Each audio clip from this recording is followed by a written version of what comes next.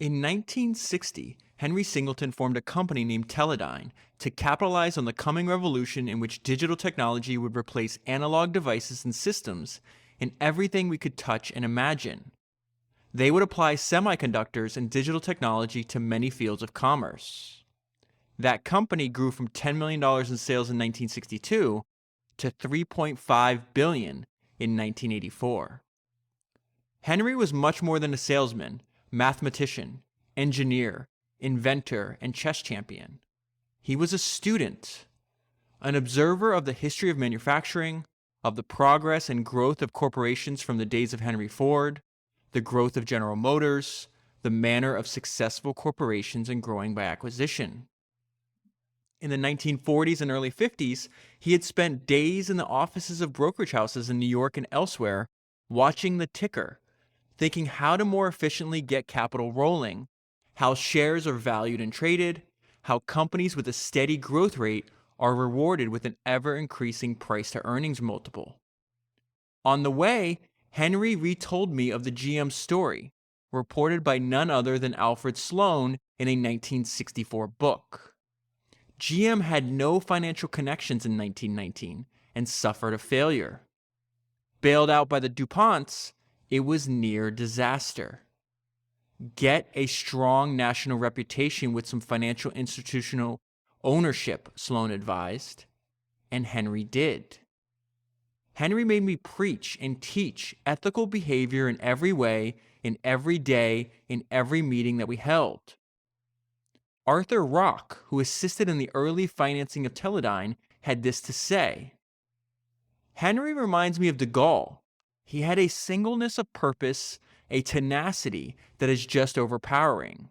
He gives you absolute confidence in his ability to accomplish whatever he says he's going to do. Yes, he is rather aloof, operating more or less by himself and dreaming up ideas in his corner office. Let me tell you this, that corner office produced a cornucopia of ideas.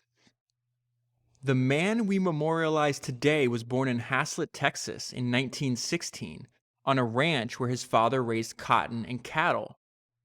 The 49 years together we spent as friends and associates have not removed this great man from his love of ranching, cattle, and the Great West. As the third largest landowner in the United States, he still had an occasional brush and contact with a cow. You know the saying, you could take the boy out of Texas, but you never take Texas out of the boy. We have lost a genius. Heaven has just gone digital, and I know is full of apples named Macintosh. All right, so that is actually the eulogy that the author of today's book, George Roberts, gave for his friend and longtime associate, Henry Singleton. So there's a bunch of things that were happening in that excerpt that I want to just point out. Let me go back a couple pages. First, it talks about, his insane financial performance from 10 million in sales in 1962 to 3.5 billion in 1984.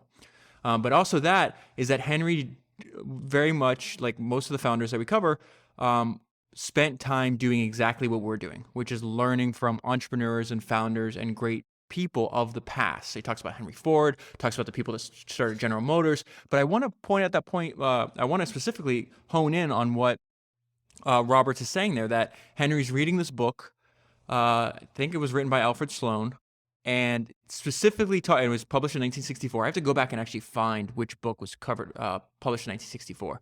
Because if I could find that book, then of course I'll turn it into a future Founders episode. But where he talks about, Alfred has very specific advice based on what he learned through experience of building GM, and Henry took that advice and ran with it. And that was a huge, maybe cornerstone is the right word, for how he built Teledyne. And then the last thing I just want to point out is the very end where it talks about heaven's full of apples named Macintosh. An interesting thing to know about Henry Singleton is, first he programmed one of the first computers at MIT, but not only that, his main tool that he used to work were early apples. In fact, I'm going to talk a lot about that in the book today, but he was an early investor in Apple as well. Exactly. All right, so let me jump into the book. I'm going to start in the acknowledgement section because I think this is now George talking about, this is a very this is very different than the other biographies. It's way, way, way more detailed on like the day-to-day and processes of the company. And it's in large part because George was a meticulous note taker, and he describes this process here. He says, I have always been an inveterate note taker and keeper. I still have most of the small black notebooks in which I recorded the day-to-day details of manager meetings, profit plan presentation, and other business matters. And they have been invaluable to me in putting this document together.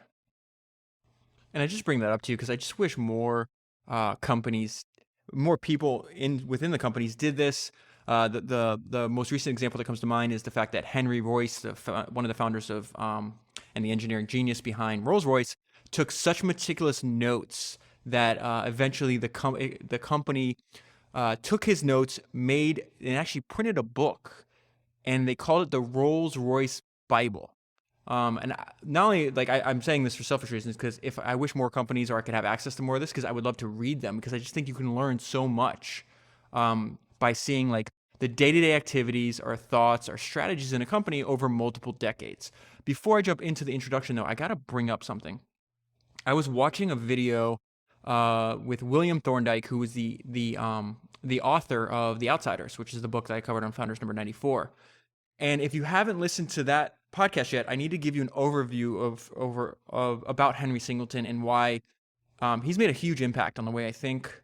And this has only been a few weeks that I even knew of his existence, and I just cannot stop thinking about the way this person approached business and life. But this is William Thorndike giving us a basic summary, I would say, of Henry's career. He says, for the first 10 years he ran Teledyne, conglomerates were the social media companies of their day, meaning they traded at extremely high PEs. Singleton used the inexpensive currency of his high PE stock to buy 130 companies. Okay, he did that in about a decade.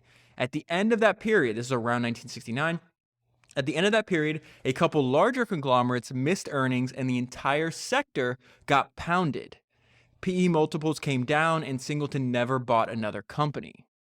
He fired his business development team. This was the group that was finding acquisitions for him. And he says, Singleton focused on optimizing his existing businesses. Then he began a pioneering program of repurchasing his shares. Over the next dozen years, he purchased 90% of the shares outstanding. He showed an amazing ability to pivot as opportunities presented themselves. Okay, so that's William Thorndike giving us a basic overview of Singleton's career. Now, how I discovered Henry Singleton is because I read every single one of Warren Buffett shareholder letters, and I think I've done 3 podcasts now on different books that I've covered in Charlie Munger. Both of them hold Henry Singleton in high regard. What does that mean, David? Well, listen to what they say. According to Buffett, if one took the top 100 business school graduates and made a composite of their triumphs, their record would not be as good as that of Singleton, who incidentally trained as a scientist and not an MBA. Here's a direct quote from Buffett. The failure of business schools to study men like Singleton is a crime.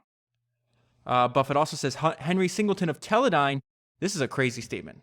Because think about like what we know about Buffett, right? There's very few people on the planet that have studied more entrepreneurs, managers, or just companies in general than Buffett has, right? Started doing this when he was a kid, let's say 15, I don't remember exactly, and he's still doing it today at 89. And this is what he's going to say. Henry Singleton of Teledyne has the single best operating and capital deployment record in American business. Charlie Munger said, Singleton's financial returns were a mile higher than anyone else. He calls them utterly ridiculous. Okay, so that gives you an idea in case you haven't listened to Founders number 94 yet. Obviously, when you're done listening to this podcast, I'd go back and listen to that one. Let me go to the introduction. And again, I'm just going to talk a lot. I'm probably going to repeat myself over and over again. I've read 100 for this podcast so far, 105, 108, something like that, books, biographies on entrepreneurs. This is the most unique one because it's just like, when would you have a book written by somebody that worked, literally he was he was Henry's right-hand person, the second in command of Teledyne for 27 years. They also met when they were young men, I think at the Naval Academy. I'll talk about that later. But it's just he's just got a very unique perspective. And you combine the time and the access he had to Henry, and then his compulsive note taking, and you get a book that's just unlike any other. And it's so weird. So I went back. Can't even get to the book yet because I'm so excited. Okay, so I went back and started reading other people's reviews or thoughts on this book, and a lot of them were very helpful to like fill in the things I didn't understand, right? But there's a lot of people that complained about, I feel, the book's biggest asset, and they're like, they own 130 companies. They don't go through every single one, but they do go through like little. Like he goes through year by year, right, in chronological order, but not only that, he'll bring you into like what this company did, who was running it, why they bought it, how they thought it fit into all the other, like their overall strategy with Teledyne. And so some people were like, oh, it's like dry and boring. That's like the opposite to me. I thought it was fascinating because you know what it is? We forget, or let me not say we. I forget how large the world is in general, and then how big, like, total global economic activity is, and just how much like opportunity there is in the world. It's way more complex for any single individual to understand. And so, like, just like when you read Buffett shareholder letters, you're like, oh my God, there's a candy company that makes $90 million in profit every year, and they do 90% of their sales in 1 month. Like, that's a weird thing. Or like, there's all these, like, there's businesses in this book that I will never understand, right? But they'll produce like one piece of equipment for, say, like for the radar detection in military aircraft, and they built a wonderfully profitable business around that. Like, you're just constantly reminded that opportunity is limitless. And if you feel you're in a place where you can't identify like a business you want to start or an area you want to work in, like, I just recommend reading. Especially reading stuff like this, and you'll just be constantly like smacked in the face of like, wow, like the amount of opportunities you can pursue. Like, you can't work on all of them, but they're essentially limitless in like the opportunities we have to choose. I'm not being clear at all here. The opportunities in which we have to choose from are limitless. You just have to look for them. All right, so let's go back to the introduction, or I guess starting in the introduction. I haven't even got there yet, right? So now this is just, Robert's writing about Singleton. And he says, over the years, a great deal has been written about Teledyne and its founder and guiding genius, Dr. Henry Singleton. And I love that he says this right up front. He says, genius is an oft misused word. I agree. But it cannot be denied that Henry Singleton brought exceptional brilliance to the creation and development of the enterprises he undertook. Yeah, for sure. When you read about Singleton, you study him. If he's not a genius, I don't know who. Then no one is. Few business leaders have possessed the combination of mathematical genius and engineering talent, with the insights of a financial analyst and the management creativity of a tournament class chess player that Henry Singleton brought into his entrepreneurial ventures. He talks about some of the stuff that he's known for: flexible strategies. That's something I covered on Founders number 94. It's also in this book a lot. So he used a lot of flexible strategies. That was huge. One of my favorite ideas that I learned from the Outsiders is his idea about steering the boat daily. And I'm going to talk about that here in a minute. He says, many of these strategies were new at the time, and they have now become commonplace in the business world. He was once criticized for not having a business plan. Henry replied that he knew a lot of people running companies that had very definitive plans they followed assiduously. I can never pronounce that word. But we're subject to a great number of outside influences on our businesses, and most of them can't be predicted. So my plan is to stay flexible. So that's a direct quote from Henry there. And what Henry's essentially saying is, hey, the world is very complex. And I think he's 100% correct about what he's saying. He's like, listen, we're subject to a great number of outside influences that we have no control over. So I'm not just going to have this rigid plan. I'm going to be flexible and just rely on my own intuition and judgment. And so now we have Henry talking about that. He says, my only plan is to keep coming to work every day. I like to steer the boat each day rather than plan ahead way into the future. Continuing on the next page, Singleton has also believed and often said that the key to his success was people. Talented people who were creative, good managers, and doers. From the start, he surrounded himself with that kind of person. So his co-founder was this guy named George Kosmetsky. He was an initial investor and a brilliant professor of management science. He actually left the company to go back to academia. Another person that Singleton kept around and relied on was somebody we covered. I think I've done 2 podcasts on him, and that's Claude Shannon. And then now George is saying, I'm also proud to say that Henry chose me to be his second in command. Henry's search for talented people went down even to the individual managers of his smallest companies. Now, this thing blew my mind here, okay? Because we're in like an area of I always say that quote that more companies die. It comes from, I think, David Packard, that more companies die from indigestion than starvation. And so like we have there's a lot of people, it's like an abundance of money right now, right? It's like sloshing into systems, and we see what happens when you're not forced to maintain financial discipline. Founders can confuse themselves, and they make very silly choices, silly decisions. And I think this applies not only to businesses, this applies to investing, this applies to your personal life. And one thing about Singleton is like they always say like the book uses and William Thorndike uses this to describe him. They say that he was a genius at capital allocation. I would take that a step further. I think he was a genius at resource allocation. And sometimes that's money, sometimes that's people, sometimes that's ideas. But what I would say is like we have to take that a step further, not only in like our work, but also in our personal lives. Like I don't think that you can be financially disciplined and really good at resource allocation in your work. No, I shouldn't say you can't, because I know people that do this. It's weird to me that you can have people that are very financially disciplined in their work, really good at allocating resources, and then when it comes to like their personal lives, they don't apply those lessons to their personal lives. So I just think like when you hear the word capital allocation, think of one, resource allocation, and then don't like stop there. Think of like, look at my personal resources. Like, am I maximizing and getting the best returns on those resources? Because that's why Buffett said Singleton has the best single record in American business. Listen to this. Within 8 years of founding Teledyne, they had bootstrapped their startup investment of $450,000 into, well, first of all, they're using the word bootstrap there. I think today that has a different, they got investment of $450,000, right? So this is what they did with that investment. That is very, very rare today.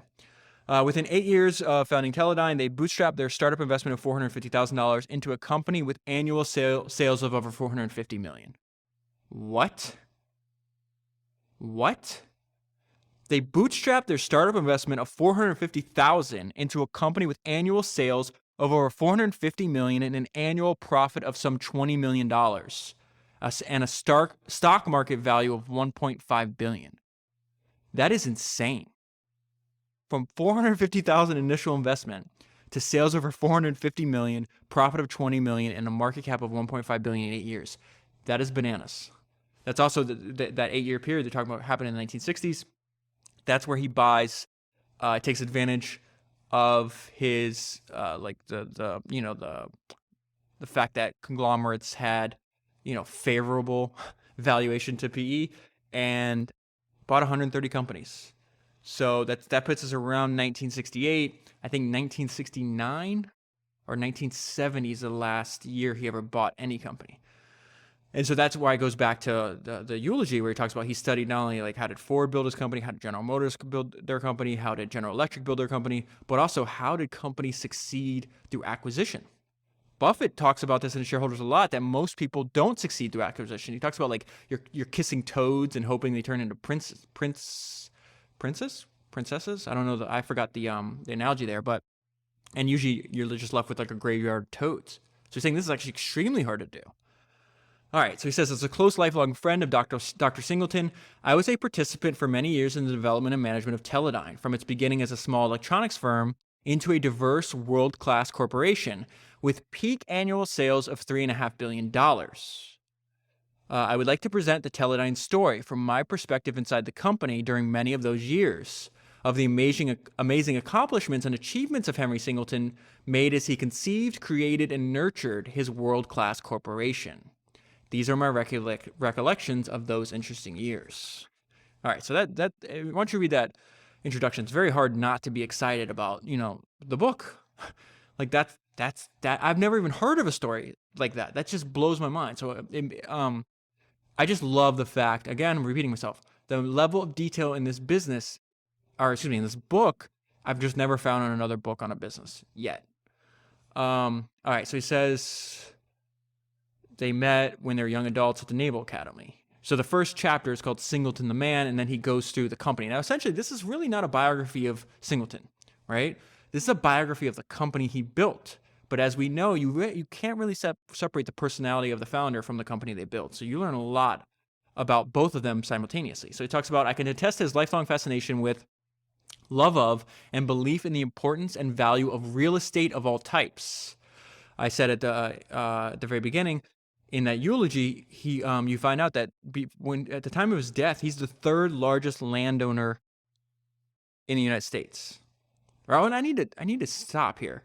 Something that is another fascinating thing. Well, Henry Singleton didn't start his first company, Teledyne was his first company, until he's 44 years old. And then he proceeds to rattle off the best record in American business. Like, it's just fascinating. Okay. So he says he loves real estate of all types. I believe it is true that he never sold a square foot of property that he had bought. That's fascinating. He never sold a house in which he had lived. He kept them, rented them, fixed them up. At his death, he was the third largest landowner in the United States. His family, Teledyne, and okay, so here we go. His family, Teledyne, and property were clearly the three major loves of his life. So he winds up being married for 50 at the time of his death. He dies at 82 years old of brain cancer, and he's married for 53 years at that time and has 5 children. Okay, so it says, as a young man, he had expressed his desire someday to establish and run a great corporation, the likes of General Electric, U.S. Steel, or AT&T. And he certainly never lost that focus. I think this is obvious, but I'm spending some time giving you some background to his early life. Hopefully that helps you understand how he arrived at some of the unique ideas.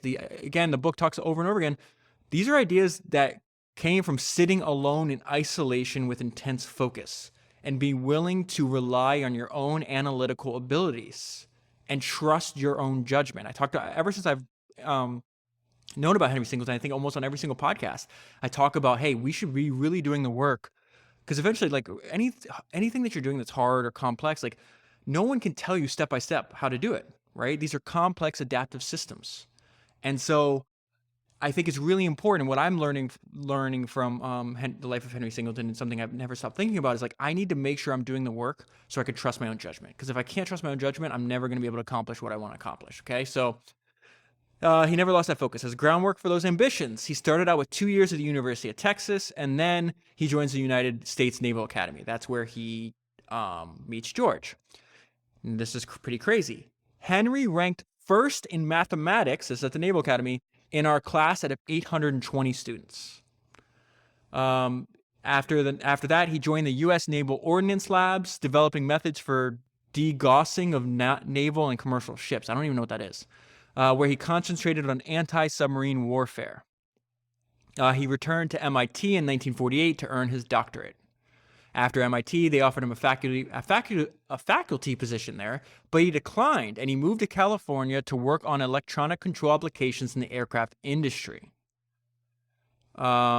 He worked as a research advocate at one of his most admired companies, General Electric. That was 1950. Then he leaves there because he's recruited to go to work at Hughes Aircraft, the one that was owned by Howard Hughes, which I did a podcast on. And he says, this is interesting, where he meets Howard, right? He says, I had the pleasure of demonstrating a pilot training fire control simulator to Howard Hughes one day. Henry later told me stories of meetings he had with Howard Hughes. It's interesting, Hughes would only work late at night, so that's the only time you can meet him at this time in his life. He says, Howard would only come to see us at night and always unannounced. He would ask what we were doing, and he always understood everything when we explained it to him. He was a very fine man.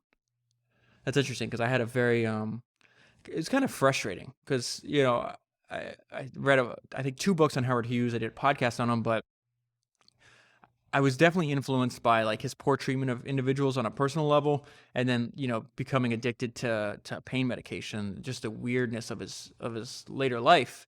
I wasn't expecting that because one of my favorite movies of all time is The Aviator with Leonardo DiCaprio, where he plays Hughes. And obviously they talk about like, him going crazy later on, but when the book I read goes into like his handwritten memos, and it's very interesting. But Singleton here is saying, my interactions with him before all this happened, he was a very fine young person. So at Hughes Aircraft, he's working with this guy named Tex Thornton. Tex leaves Hughes and he starts Litton Industries. Litton's a very important to understand them in the story of Hughes, because he winds up owning, or not Hughes, excuse me, Singleton, because eventually Singleton buys like 25% of the stock outstanding, something like that in Litton. It's one of his best investments he ever makes. So Tex leaves Hughes and starts Litton. Tex recruits Singleton to work at Litton. And so during this time, he says Singleton moved up rapidly. He was eventually made the vice president and general manager of Litton Industries. He says during his years at Litton, Henry was exposed to, and this is very important, and something you're going to see if you've listened to a bunch of my podcasts, this is, people will lie to you today as if like things are different. But business is the fundamental, like this is a fundamental tenet of not only like building a good business, but building a good life. Okay? It says, during his years at Litton, Henry was exposed to Tex Thornton's philosophy of thrift and conservatism, which were part of his own philosophy as well. Essentially, he's espousing the benefits of frugality. Very, very, very old idea. You see all these entrepreneurs in history are influenced by this. You could trace this idea all the way back to Benjamin Franklin, writing in the 1700s about the values of industry and combined with frugality. It worked then, it works today, and it'll work in the future. He was a student and an observer of the history of manufacturing. He studied the progress and growth of corporations from the days of Henry Ford to General Motors and how successful corporations grew by acquisitions. I bring that up because Roberts repeats that a lot. So in my belief, if somebody repeats it over and over again, they're clearly telling you through their actions what's important to them. He studied the Littons, the TRWs. Now we're just going to name a bunch of companies here. The LTVs, the City Investings, the Gulf and Westerns, and today's largest of all conglomerates, General Electric. Now it's interesting he's doing this before he started his company, right? He's got a good foundation of knowledge when he's going to progress. I think you should do that if you're running a business. I mean, it's no brainer. Like, I don't think anybody has to tell you that. But I hear from a lot of people who listen to the podcast that have desires to run a business and are working their way to them and using these biographies and this podcast as a foundation for that. And we see Henry doing the exact same thing, but he's doing that, what is this, 60 years ago? No, longer than that, 70 years ago. So he says, Henry told me how he had, in the early 1940s and 50s, spent days in the offices of brokerage houses in New York. He was thinking about how to get capital rolling efficiently, how shares are valued and traded, how companies with a steady growth rate are rewarded with an ever-increasing price and earnings multiple. So we see that was also contained in the eulogy that Roberts gave for Singleton. All right, so now we're going to go, this chapter is called The Beginnings. It says, Henry had become convinced that digital technology would be dominant force in future developments in control systems in virtually every other electronic field. He is having this insight in the 1950s. Today, we live in that world that Henry was convinced would eventually appear. He wound up being probably more correct than he could ever imagine, right? He felt it was important that Litton should enter the semiconductor field. So, I did a whole podcast on this because there's a bunch of people in this book that Henry's going to interact with, that the people, the founders and management at Litton are interacting with. If you want to learn more about this time in history, it's very fascinating because it's very much laying the groundwork for the world we live in. All the way back on Founders number 8, I did a podcast on the Intel Trinity, this fabulous book about the founders of Intel, but they also worked at Fairchild Semiconductor and with William Shockley, which is the inventor of the transistor. Anyways, listen to that, read that book. It goes into great detail. But I focused, when I did the podcast, on just Bob Noyce, right? But it also talks about Andy Grove, who was a genius manager, and Gordon Moore, who you might know from Moore's Law. They all worked together and built Intel in a hugely successful business. But not only that, all the people that you probably admire learn, like Bob Noyce, for example, was a mentor of Steve Jobs. Steve Jobs would go to his house and have dinner when he was young. Early days of, you're talking about early 20s, when Steve was in his early 20s. So Bob Noyce is like, it's in some degree like a grandfather to a long line of entrepreneurs, that came generations after him. So anyways, I brought that up because I recognized a lot of the names that are in this section of the book from studying Intel. So he says, he's like, listen, we got to jump into the semiconductor field. What are you doing? The president of Lytton disagreed. But this is super, super important. It's a very short sentence. But Henry had faith in his convictions. Go back to the biography I did on George Lucas. There's a line in that biography that gives me goosebumps, and I think I've never forgot. And it said, George Lucas unapologetically invested in what he believed in most, himself. I think that's the only way to live life. No one cares about you as much as you care about yourself. Maybe, your mom probably does, if you still have a mom, but other than that, outside of your mom, no one else is going to care about you as much as you care about yourself. And I think just investing in yourself is a no-brainer. So he says, you know what? Sorry, guys, you don't agree with this. This is a strong conviction. This is when he jumps to start his own company, okay? So he says, they started the venture, which is with original capital of $450,000. I already covered that. Their first acquisition was a small electronics company. This small electronics company gave them a plant, some manufacturing facilities, and a small cadre of employees. The company name was changed to Teledyne. This is from a Forbes magazine article in 1968. He says his early faith that semiconductors would become the dominant factor in future electronic systems, even while this was still being debated by others in the industry. So some quotes, I can jump over that, but I read that. I emphasize the wrong words here. What it's saying is that what became his dominant factor, the faith that he had, so he knew something, right, and believed in it, and then while at the same time, and the important part of that sentence was, he had already arrived at this conclusion, and he was willing to bet his career on that, right, even while other people were still debating it. That is super important about Singleton. This is why I keep talking about his singular focus, how Arthur Rock, I don't know if you know who Arthur Rock is. He was one of the first venture capitalists of, not only did he sit on Teledyne's board, but Apple's as well.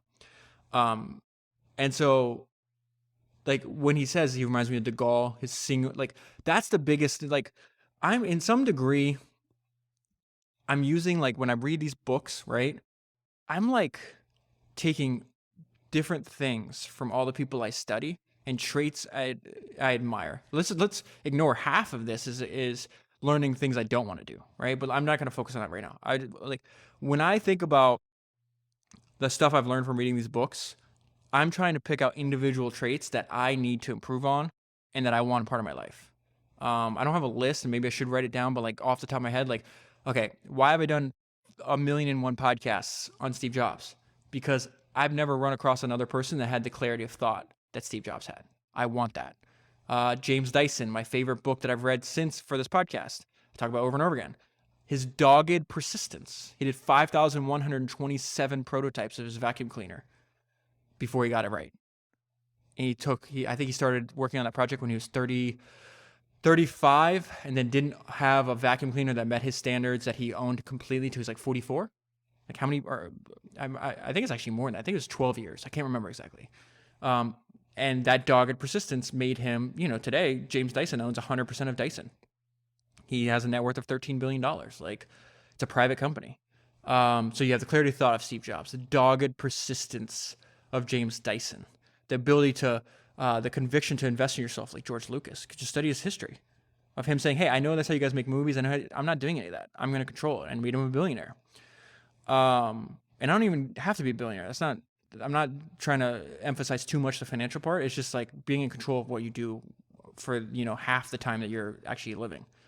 So you have that. You have the ability to maintain and control the cost that we learned from Andrew Carnegie and Henry Clay Frick. Gentlemen, watch your costs. One of the quotes in those books that I never forgot. The resourcefulness of the Wright brothers. See what I'm doing here? I'm trying to take all these individual ideas that I learned from these people, and then you combine them, you create this mosaic, and then you add your personality, and you have something unique. And I think that gives you a huge advantage in life. And so with Henry Singleton, ever since the ability to I didn't finish, and I guess I'll never finish, but the ability to constantly learn and then teach what you learn of Charlie Munger and Warren Buffett. And then from Henry Singleton, it's that singular focus.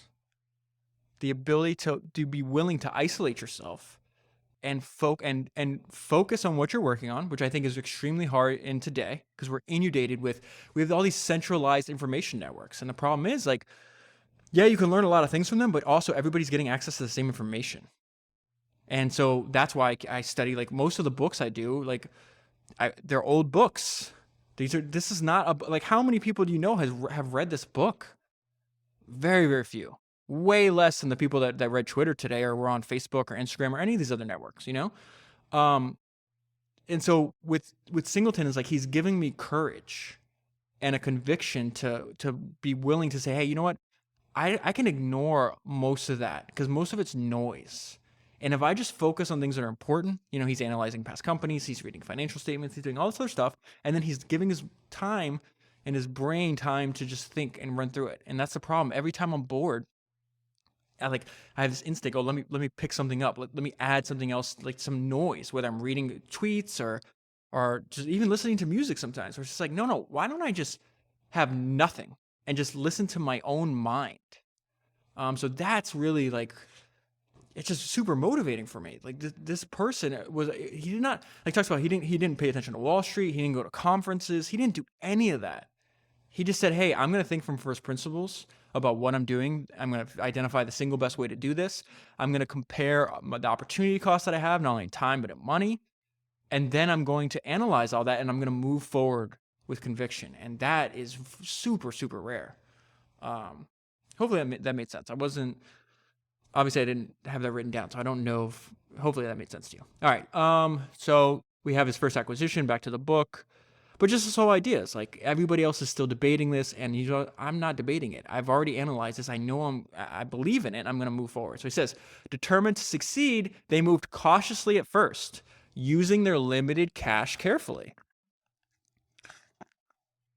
I need to tell you why. So why is Singleton focused on integrated circuits? He says, integrated circuits combining a number of transistors and other components on a single tiny chip of silicon. Eliminating the hand wiring of bulky separate components into working circuits, and would eventually reduce the size and weight of electronic systems by many orders of magnitude. He had a huge background in developing things for the U.S. military. He knew that this was important. He says this fit in perfectly with Henry's plan to build electronic systems for military and space applications, we're talking about a sense of trade-offs, right? Where low power dissipation, low weight, and small size were of prime interest. So those were way more important, but what was not, so that's what's important. What's not important. And cost was not so important. Okay? And we know how much NASA threw at the space program in the 40s, 50s, and 60s, right? Way higher percentage of budget than they do now. And, of course, the United States has the largest military budget in world history, and still continues to this day. All right, so that's extremely important. So they are willing to spend more if you can find solutions that have low power dissipation, low weight, and small size. Okay? Now, this is also something that we talk about a lot, and that we understand that, hey, especially anybody who has kids, how do we learn? We don't really learn by thinking. We learn by copying, mimicking. Okay? And you see this a lot in the businesses people start. So the low-hanging fruit is low-hanging fruit for a reason. The reason that you want to do something hard is not for the sake of doing something hard, but the harder something is, the less competition you will have. Henry understood this. And so that's what he's doing. It says, he's buying this company, and this guy Jay is talking to Henry. He says, Jay had warned Henry that starting up an operation of this kind would be an expensive proposition, and it was. Starting with a bare building, they had to build almost all the production equipment themselves, since there was nothing commercially available for these processes. That's fine. That's what Henry wants to do. So he comes into the meeting. Jay's running the company, but Henry owns the company, okay? He says, Henry, I said, he says, I've had it. I can't keep working without any money. I've got to have $100,000. So this ties into the fact in the early days of Teledyne, he's really stingy with his purse strings. He has to be. He has to be a good steward of resources, because the companies that don't do this, especially at the beginning, they don't survive. They don't survive into being successful companies if they don't. It says, Jay, I'm giving you a check for $60,000. Now, this is this is insane. Think about what's happening right now. based on what Henry's about to tell us. Jay, I'm giving you a check for $60,000 instead of $100,000 because that's all the money there is in this whole damn company. There are not too many people who knew just how touch and go it was in the early days. Okay, and this is where George is going to tell us an overview of what he feels were Henry's 3 great ideas, very similar to the overview that William Thorndike was giving us. And he says, what I would like to emphasize here is that Henry had 3 great ideas in creating and growing Teledyne. His first was to recognize the future importance of digital semiconductor electronics when this technology was in its infancy, and by selective acquisitions, create a strong base in this growing field of which to diversify his company. Okay, so bing. It's a lot easier to start a company in a growing industry than it is in one that's decaying, right? The second was to acquire and organize a selection of financial companies within his company to provide the strong financial base. That's something Alfred Sloan, in that book explicitly told the reader, and Henry read it and it's like, okay, sounds like a good idea. I'll do that. Third was his innovative use of stock buybacks to further strengthen the corporation and enhance shareholder value. These 3 things are all equally important to remember in considering and continuing the story of Henry Singleton's accomplishments. Henry initiated his plan of growth through acquisition from that very first year of operation.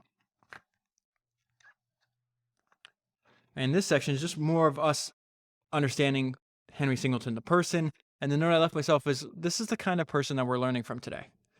Henry had developed the talent of being able to play chess without seeing the board. One story relates that Henry was playing chess with this guy named Tech, with his back turned to the board, and Tech was telling him what moves he made. Suddenly, during the match, Henry said, Tech, you told me the wrong move 3 moves back. All right, so this is Henry's goal, and then a reminder that there's no one right way to accomplish your goal. He was asked, are you trying to create another Litton, meaning Litton Industries? Hell no, Henry replied. I'm trying to create another GE, which explains why Henry's choices of companies to acquire gradually became more and more diverse. So he's a huge proponent of diversification. If you remember, I said since I discovered Singleton after I discovered Buffett, the ideas of the 2 people, I realized, oh my God, all these ideas I thought were Buffett were actually first came from Singleton. I called him the proto-Buffett. They differ. They're in a sense like they're building similar companies, and especially if you focus on like they both spend the majority of their time on capital allocation. But Buffett's not really big on diversification. Henry is. So again, like in complex environments, there's not just one right way. So it's Teledyne. This is Henry describing his own company through a metaphor, which I think is really helpful for understanding what's going on here. Teledyne is like a living plant with our companies, the different branches, with the companies as different branches, and each putting out new branches and growing so that no one business is too significant. To him, diversification was an insurance against catastrophe. I just want to point out the role that our good friend Claude Shannon played. If you haven't listened to the 2 podcasts I did on Claude Shannon, they're founders number 92 and number 95. Claude Shannon was a good friend of Henry's from his day at MIT and was a director of the company for many years. I think he was on the board for 27 years, if I'm not mistaken, 20-something years. He also played a valuable part in helping Henry evaluate many of Teledyne's important acquisitions. I think this part was important because you need some background information to help understand the historical events that helped Teledyne grow. And so I just want to talk about this. As a background to Teledyne's acquisition period, it is interesting to consider what was happening in that decade of the 1960s. During and after the end of World War II, there were all sorts of this is so cool, so interesting. There were all sorts of emerging new technologies, new ideas, new markets, and new opportunities that hadn't existed before the war. There were many opportunities for small new companies to go into business during the war to provide the diverse products needed for the war effort, and many did so very successfully. In addition to this, many veterans came out of military service at the war's end, and through the GI Bill, had an opportunity to get tuition-free educations at some of the most prestigious universities and schools in the country. Now, why is that important? Because what these people did after that. They learned technologies they might never have had the opportunity to learn otherwise. They studied basic science skills such as physics, chemistry, and mathematics, and also specialized technologies such as electronics, metallurgy, which is like the study of metals. This is what the author had a background in, geophysics, oceanography, and others. And there's no way, by the way, I pronounced that word correctly. And some of these men and women use their knowledge to start companies, often on just a shoestring with their own money. By the 1960s, many of these companies had matured into established portfolio companies, and many of their owners were ready to relinquish control and do other things with their lives. That sets up Henry to buy them, right? Then along came a company such as Teledyne with a high PE ratio that was growing rapidly and was interested in acquiring them. It was a wonderful opportunity for these people, and many of the companies that Teledyne acquired were this type of family-owned company. And so once he bought these companies, you're going to see very similar to Buffett's view on this. This is Henry on talent and management. He was also very interested in the managerial talents of these owner and managers. Whenever possible, Henry wanted these people to stay on with Teledyne as managers of their own operations, since they were most knowledgeable about their fields, their markets, and their production technologies. This is a quote from Henry in a Forbes magazine article at the end of the 1960s. We have what is called management inventory. We work our heads off to increase our own capability at collecting and promoting the right people. To the extent we succeed, the whole company will succeed. We increase our bets on the men who seem to be performers. We try to get all of our people, instead of competing amongst each other within Teledyne, to look outside and see that the real competitors are all the other large corporations in the US. Our objective is to increase our rate of earnings faster than they do, and that's exactly what he did. It is a lot of fun. As a result, we visualize this as a competitive game. One trait about Henry is he did not like to waste time or money. This is an example. This is a person that Henry's buying his company, reflecting on what that was like in his interaction with Henry. And he says, our first meeting was brief, but it was one in which each of us spoke with complete candor, and that became the basis for our lasting relationship. All of our meetings were short, but they were effective. Later on, he says, when it came to time to dissolve my original corporation, I asked Henry if we should turn the task over to his legal people. Oh, he said, we could dissolve it ourselves. I thought that was a strange statement, but I proceeded to do all the research and obtain the necessary forms. We accomplished the task very quickly and at a total cost of $37. That taught me a constructive lesson, that there are many ways to eliminate excessive legal fees and other costs for that matter in running our operation. I never forgot that lesson in many circumstances that occurred during my 18 years under Henry's leadership, telling us usually you need less than you think. So during this period where he's acquiring a lot of companies, it's almost like his strategy produces like this weird flywheel effect. He says it's quite interesting how Teledyne actually did expand like a branching tree, as Henry had said, with each new technology opening the way into other related technologies, and these still into others. In many cases, when managers of the individual companies saw opportunities in related fields, they themselves recommended acquisitions of other suitable companies. So he buys more companies, the more companies he owns, they inform him about other companies that are that could be potential acquisitions. And he had this idea. We saw this with the Banana King, Samuel Zemurray. If you know your business from A to Z, there's no problem you can't solve. I think if Henry had known that quote, he'd probably agree with it. He'd buy one company, and then let's say there was like material components that company needed, like as he learned more about the company that they bought from other people, he'd buy that company and just keep moving further down the stack, closer to the source, if that makes sense. And something to know about this is like Henry's default aggressive. So this is an example of that. This marked Teledyne's entry into the high-tech metals business. And Vasco became one of more than 20 companies in the metal industry that they were acquired by Teledyne in that year alone. Vasco is the company that Roberts is running, and that's how he gets into Teledyne. It is often been asked why Henry, with his deep electronic expertise and focused interest in digital semiconductor-based systems technology, would decide to expand his company into the specialty metals industry. This is the industry where they say they like to buy things by the ounce, or buy companies that sell things by the ounce, not the pound. That's this. One reason he said was that the expertise in chemistry, physics, and metallurgy were all vital to the understanding and development of the semiconductor components needed for advanced electronic control systems. See what he's doing there? He's buying the companies that make the material or the components that are needed for what he has expertise in, electronic control systems. He's moving his way down the stack. Another thing I learned from Henry that I want to apply to my own life. He said, the note I left myself, Henry knew where he could create the most value and focused on that. Are you doing the same? That's a question to myself, but it could easily be something you might want to ask yourself. Like, are you focused? Like, where do you spend your time? Is it where you create the most value, where you're like, you have your whatever your unique skill sets might be? A lot of times you'll find out like what we're best at and where we create the most value is we're not actually dedicating the most time to it. It's a very I would say common and bizarre occurrence. So he says, this is Henry realizing what he's going to be best at. This is where Roberts is going to start running like the operations, and Henry's going to focus on capital allocation. Henry spent hours studying stock and bond markets and was anxious to have both the funds and opportunity to pursue his life interest. Interesting word, life interest. But he couldn't do that at the beginning. Has to do that later on. Doesn't have they started the company $450,000. He can't do that. He's got to wait till he's got actually a lot of companies, a lot of capital rolling in. So first things first. He gets a letter from one of their companies saying, hey, can I help with this? I want to like have input on selecting investments. And Henry's like, no.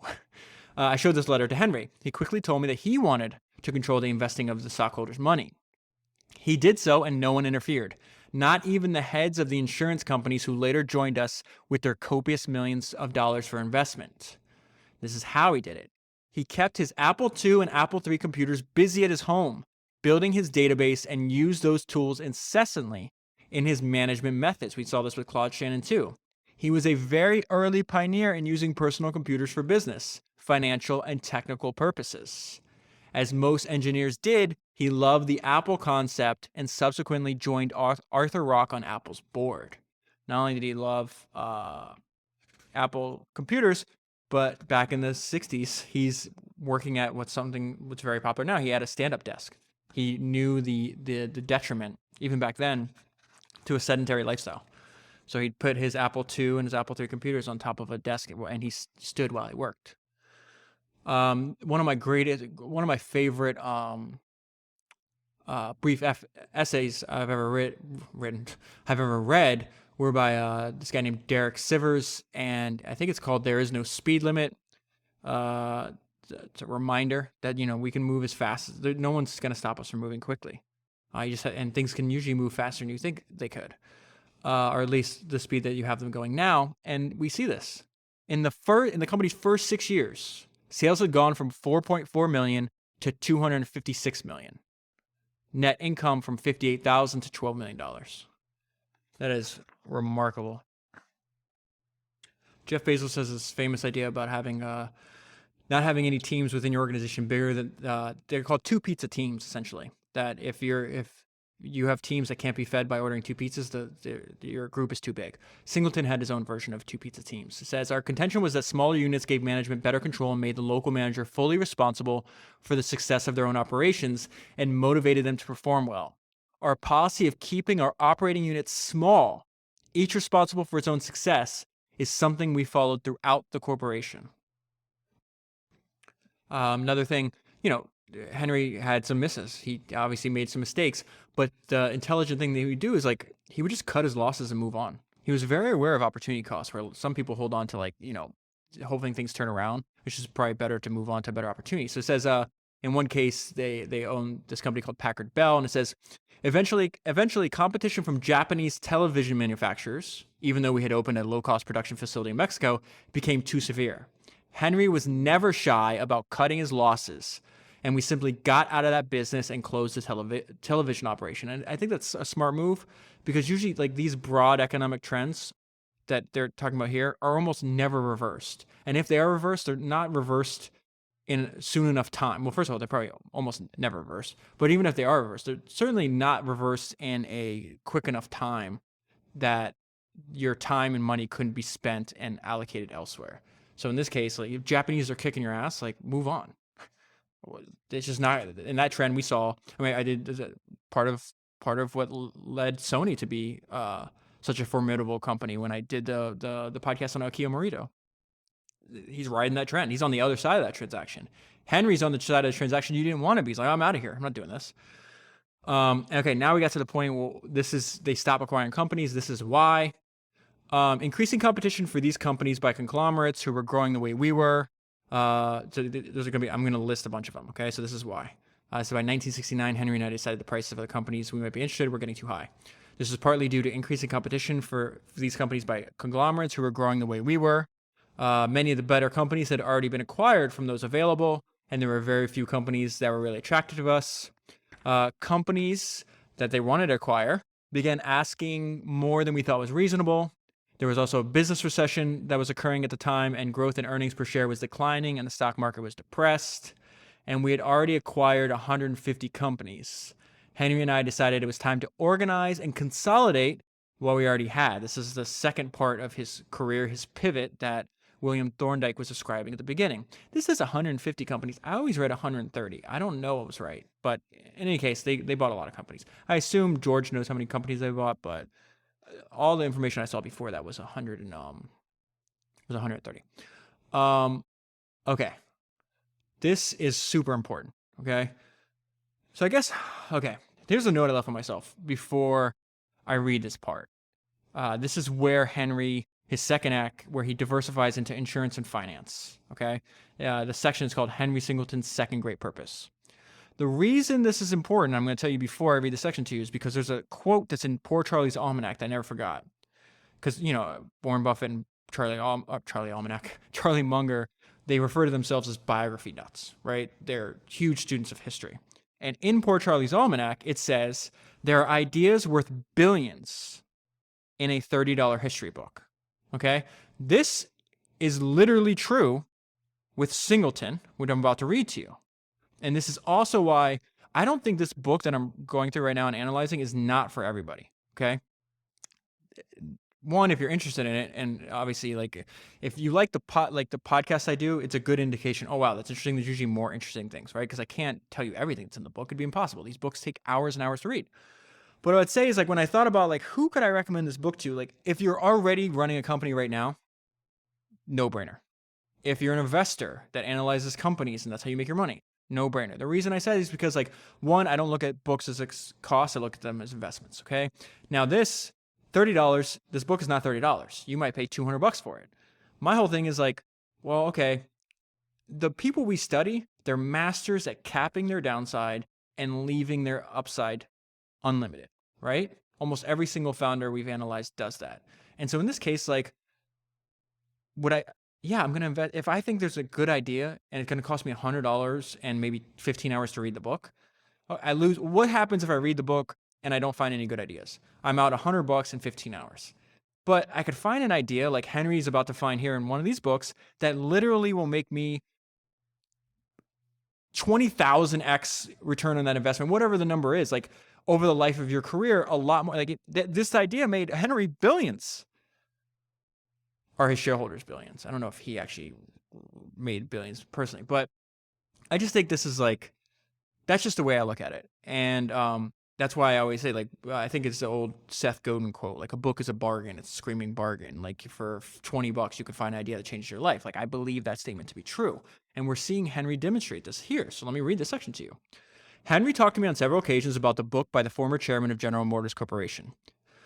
He told me he had learned a very important concept from that book, which he wished to use in the growth of Teledyne. He explained that in about 1921 or 1922, after World War I and during a very difficult economic time or recession, General Motors had needed additional funds to finance their growth and had a plan to sell bonds to the general public. The bond sale was a complete failure, and the chairman had written in his book that it had taught him an important lesson. It was that for a corporation to grow and to have a strong financial base, it needed to have, as part of itself, an interest in substantial financially oriented institutions. So General Motors had started the General Motors Acceptance Corporation and invested in other financial groups. As a result of his interest in this idea, Henry had decided that at some point, when Teledyne had reached a certain size, he would seek out financial organizations we could acquire. So near the very end of our acquisition period, we did go in that direction before we stopped. It's interesting that he kept that idea in his mind for how long? Almost a decade, maybe? Doesn't say exactly when he read the book, but it sounds like it was a long time ago. So near the very end of our acquisition period, we did that in a direction, before we finally stopped. We began acquiring a number of financial and insurance companies, which is a significant change from our usual aerospace, metals, industrial, and consumer company acquisitions.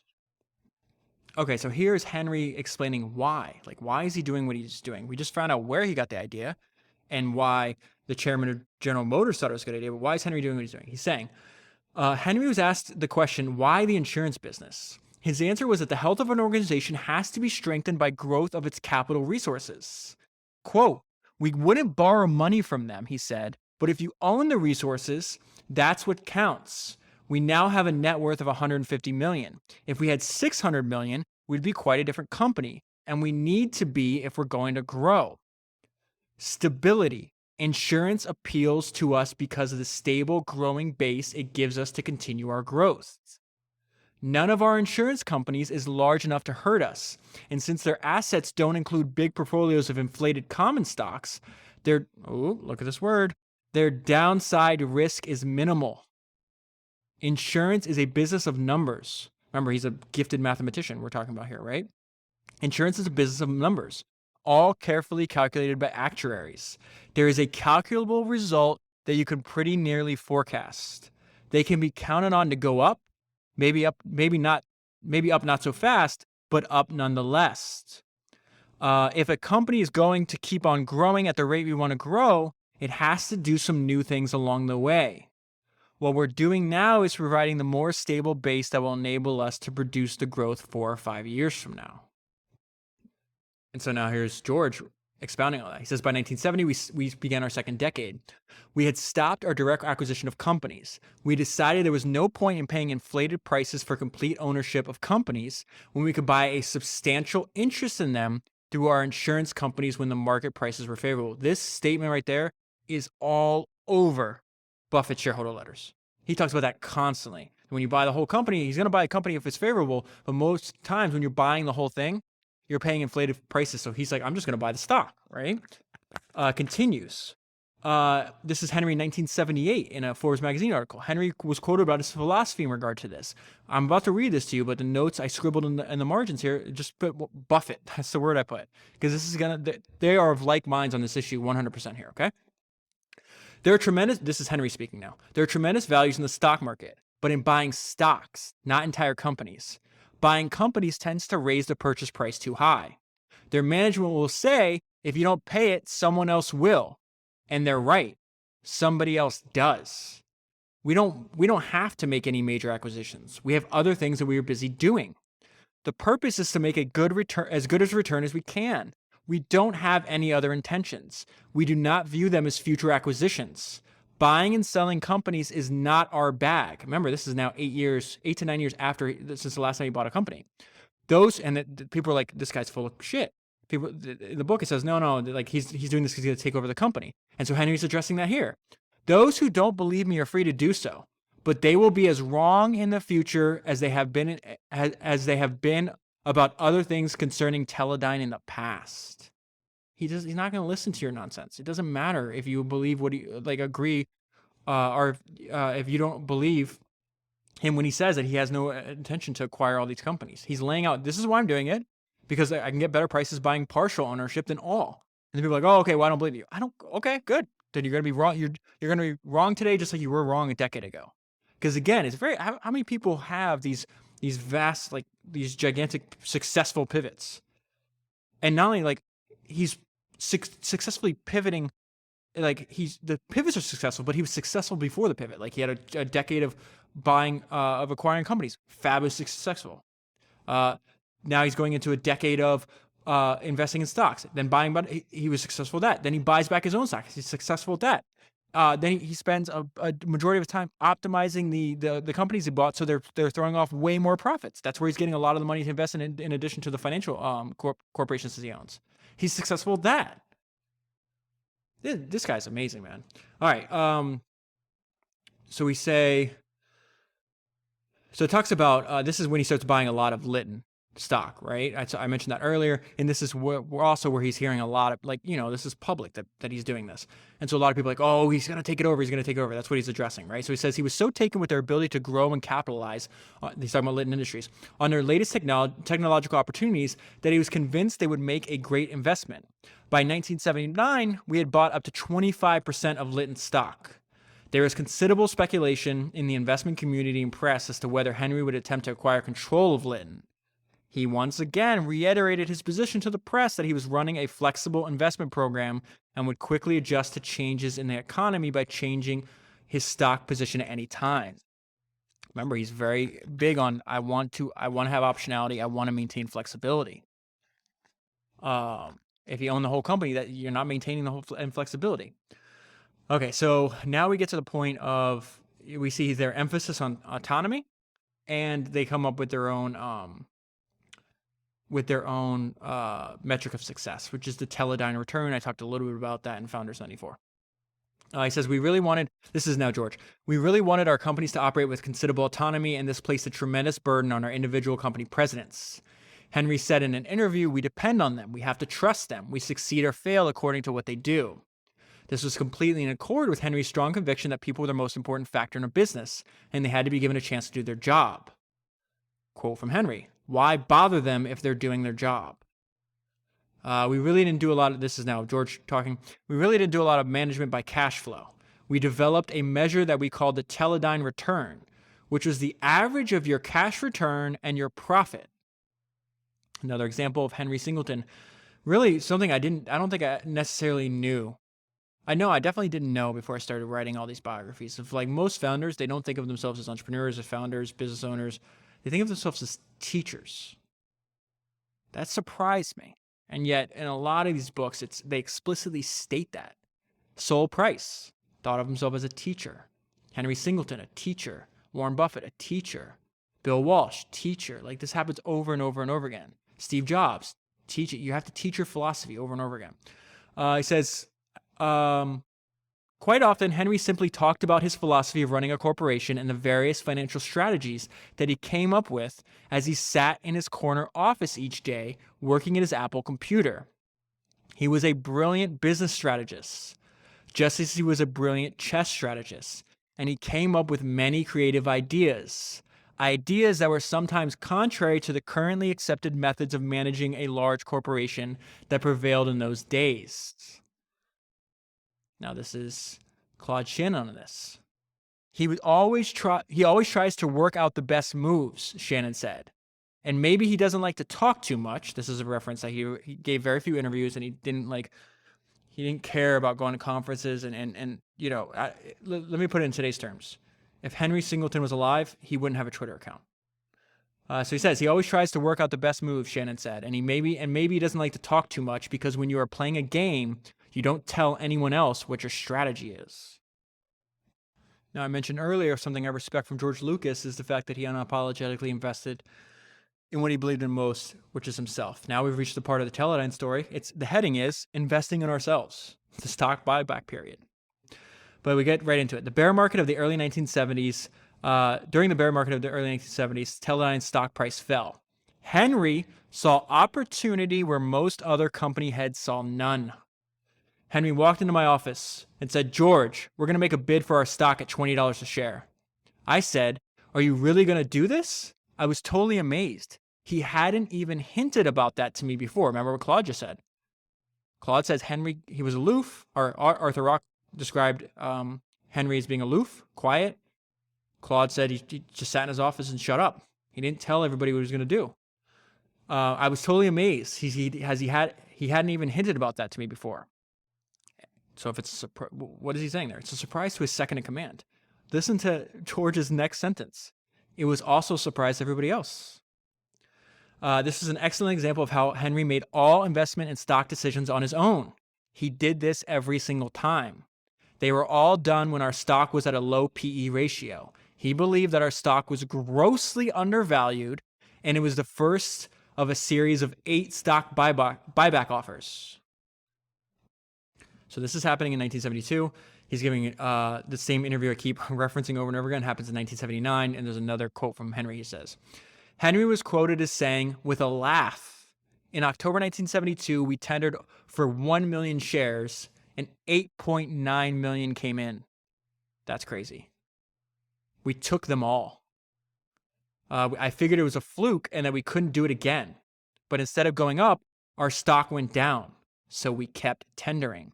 And then it lists in here 1, 2, 3, 4, 5, 6, 9 different times he did this over a, let's see, what is that? 12-year period.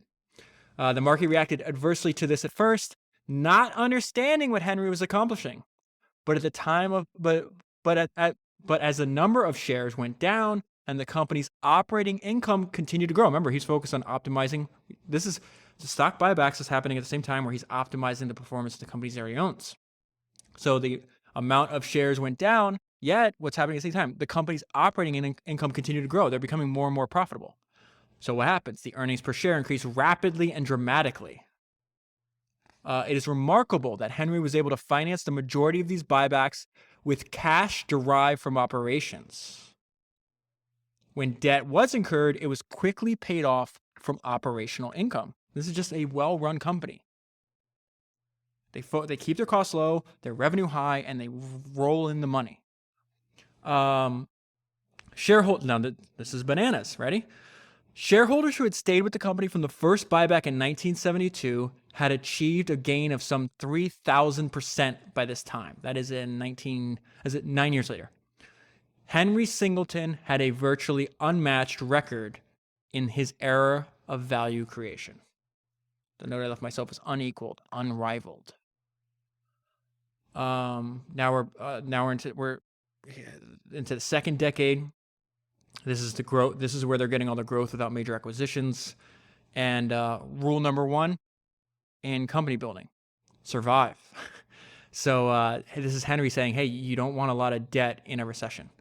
By 1974, the country was in its worst recession in 40 years. In anticipation of this, in anticipation of the recession, Henry had become very aggressive in paying down the corporation's debts. In his letter to shareholders in 1970, I'm going to read this to you. This is Henry writing to us. It will be noted that the interest expense of Teledyne declined substantially in 1970. This decline reflects the program of debt reduction, which has been carried out during the past 2 years. So he's saying on a yearly basis in 1969, they were paying they had 180 million in interest expense. That debt was completely eliminated 2 years later. And he says that this debt reduction was accomplished from Teledyne's internal cash flow. And so I remember optimizing what he already has. They talk about that a lot in the book. So I'm going to give you some numbers here. Beginning of 1970, they were doing $1.2 billion in sales. Really good, right? But that's sales. We're not talking profit yet. I'm going to get there. By 10 years later, in 1980, they're doing $2.9 billion. So almost 3x, right? 1.2 to 2.9 billion. But here's how crazy efficient they became. Their profit in 1970 on that 1.2 billion was 62 million, right? The profit on the 2.9 billion a decade later, 344 million. Way more efficient. What is that, 5x? Something like that? Maybe more? Bananas. Teledyne became way more efficient. It's a note on that page.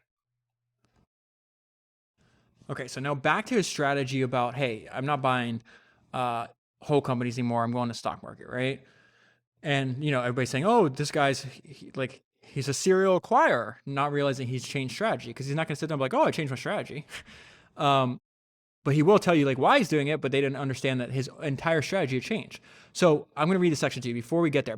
You have to understand, by 1977, Teledyne was the largest shareholder in 9 Fortune 500 companies. Okay? But that's weird. This is the bizarre thing. Even though he's the largest shareholder in 9 Fortune 500 companies, he didn't want control or even a board seat at the companies. This is very bizarre. By the end of this year, Teledyne was the largest shareholder in 9 Fortune 500 corporations. I just told you that. We actually had enough shares in 6 of those corporations to effectively have control over them. But Henry never exercised that capability. He never even attempted to seek a position on the boards of those companies. And so one of these companies is called Curtiss-Wright, and they're talking about Henry, and they said on Singleton, he has been absolutely scrupulous in staying out of our affairs. That many people didn't believe him was an indication of how little they knew of Henry's integrity and determination to follow his own course. That's something I really respect about him, his just determination to follow his own course. We all only get one shot at this thing called life. Might as well live the ones we want to live, not what other people tell us to do, right? Something interesting, Claude Shannon worked with Teledyne for 26 years. This part reminded me that Ed Catmull, in his book Creativity Inc., Ed Catmull is the co-founder of Pixar, he's got a chapter at the end of that book called The Steve We Knew. And I think it's one of the best, it's a very short chapter. You could read it, probably 15 minutes, something like that. But it's one of the best descriptions of the growth and development of Steve Jobs, because Ed worked with Steve. He was the person that worked with Steve the longest consecutive amount of times. So Claude and Henry worked together for 26 straight years. I think Steve and Ed worked together for 24 straight years or something like that, but a very, very long time. So he has a lot of insights into Steve's personality and the way he thought, because he spent just more time, working with him than anybody else did. So I thought it was interesting. So this is a little bit about Claude. Claude Shannon had retired from the board of directors at this time. He was elected director emeritus in honor of 26 years of invaluable service to the company's shareholders. Imagine, Claude Shannon's probably one of the most brilliant minds in human history. Imagine having him on your board for a quarter century. What the hell? Dr. Shannon, who was a member of the company's original board, was Donner Professor of Science Emeritus at MIT. He received many honors in his distinguished career as an educator and a scientist. He had a master's degree in electrical engineering and a doctorate in mathematics from MIT. Before joining the faculty of MIT, he was a scientist at Bell Laboratories, where he wrote A Mathematical Theory of Communication, which was a treatise that earned him recognition as the father of information theory. He had retired as an active member of MIT in 1979. So I said earlier, Henry didn't start his company until he was 44. Then he's about 70, almost 70 years old. He decides he's going to retire, which I love. He wait till 44, start a company, rattle off the best record in American business history, and then leave to go ranch. I really appreciate how this guy approaches life. But before that, I want to we're going to see he had a fanatical focus on the long term, like most of the founders that we study do, because you can't achieve great things in a year or two.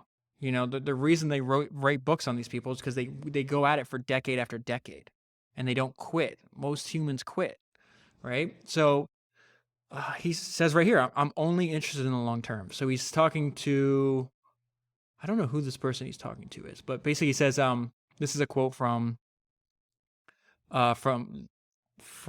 Henry. Actually, hold on. This was Henry 70, actually, when this is happening. Okay, so this is coming from a June 1987 issue of Financial World. And so they're figuring out, what are you going to do when you retire? You're going to sell everything off? What are you doing? So, you're going to take Teledyne private? You're going to break it up into pieces? What's going to happen? So he says, we're not particularly persuaded by quick temporary gains. We'd rather get something permanent, and it takes time. If there's anybody who wants us to do something real fast, it's going to be an astonishing in terms of increased earnings or something. I don't know how to satisfy such desires. So he's being pressed on, hey, why don't you do a bunch of spin-offs? Because that's probably a good way to boost shareholder value, right? And I love his response. He talks to the reporter. You're thinking in the short term. I'm in the long term. So I wouldn't do anything like that for a temporary rise in the price of a stock. Henry continues. There are companies that will sell one division and buy another because today this division generally sports a low multiple and the one they're buying has a high multiple, and they think that may rub off on the whole company. That absolutely turns me off. That whole concept is repulsive. We don't do things like that. We look at the economic long-term possibilities. I love that word they uses. It's repulsive. He's disgusted by this behavior. This is his daughter writes a book about their time on the ranch, and there's a quote in it that I love. It talks about, I'm a big believer, as you know, if you've read my notes, because I take notes on not just entrepreneurs and founders, but people, anybody who's achieved something really hard that takes a long time. This could be athletes, it could be artists, musicians, craftsmen. It doesn't matter. Like you can learn from all of them and then take that into whatever discipline you're in, right? And so Henry learned also from ranching, and he has like a lot of insights here. Um, I love this. It's a quick paragraph, and it's Henry Singleton on a form of discipline. And so his daughter's talking about he's not like a passive. He owns the ranch, but he's not passive. He gets up at 5:30 in the morning, talks to his ranch manager, et cetera, et cetera. But we're gonna get on this part. He says he pays all the ranch bills and signs all the checks, calling it a form of discipline. He's wealthy at this point. He can hire somebody to do this, but he doesn't. Why? Through doing the signing, it's amazing how much you learn about the business. There's a reminder of each event or action behind each check. And sometime during the day, he makes time to look at trade journals or market reports. It influences your feel, he says, what direction you're going to go. And I'll close on this. This is another excerpt, a eulogy delivered by Simon Ramo, who's the person that recruited Henry to not go back to MIT and to head west. And he's got a lot of interesting things to say, so let's go right to it. Rarely do you meet a total stranger and instantly know that you will come to admire that person. That happened to me when I first shook hands with Henry Singleton. This fellow, I thought to myself, with his good looks and his academic record, surely would have a swelled head. But when he entered the room, his manner, that countenance of quiet dignity and gentleness and kindly intelligence with no ego, those dominant aspects of Henry's personality took over. Had he chosen to remain in engineering, his career would most certainly have been a distinguished one. But an unexpected opportunity turned up that triggered and uncovered a surprising dimension of Henry's makeup. To create a new company that would find, acquire, merge, and manage other companies. Here he exhibited extraordinary talents even he could not have fully known he possessed. As a chief executive officer, he now applied his powerful analytical strengths in novel ways to research and assess the true values of companies, their stock prices, their competition, their profit and growth potentials. With his stand-up desk and his computer, he became a whole tree full of owls of wisdom about corporations and markets. Henry was not your ordinary CEO. He constantly frustrated the world of Wall Street and business media by ignoring them. They were used to businessmen anxious to be interviewed, to be written about, to tout their companies. By accompanying his phenomenal business success with a preference for anonymity, he mystified them. Not surprisingly, as his talents at analytical business decision became known, many assumed he was a purely numbers guru, not interested in the people factor in investments. Not true. I cite an example. Years ago, technology advance suddenly made possible low-priced, high-power computers that millions could buy. Numerous companies were started to produce them. Most failed. Not the one Henry helped to finance. He invested in Apple. How, Henry? I asked him later. With all these new computer startups looking alike, did you pick Apple that emerged as a huge success with enormous gains for the early investors? Well, he replied, I figured most of these millions of expected potential computer customers would at first be intimidated by computers. But could anyone be intimidated by a computer named Apple? Besides, he said, all the others except Apple, if they failed, would just walk away. Apple's founders had plowed every cent into the company. They just had to make good. All who knew Henry well learned that what you saw in his peaceful face, manifesting ready and deep understanding, is what you got in his interest in you. You felt the warmth of friendship and sincere consideration underneath that mane of reserve. If in his passing we now feel a sadness, a sense that we shall miss his presence, this is perhaps a proper price that we must pay to compensate for the enrichment of our lives that knowing him yielded us. That's just a great way to end the book. And a great way, I mean, that feeling is very common. When you're reading biographies, if you think about it, when we get to the end of the book, in most of these people, not only is the book over, but their lives are over. They're finished.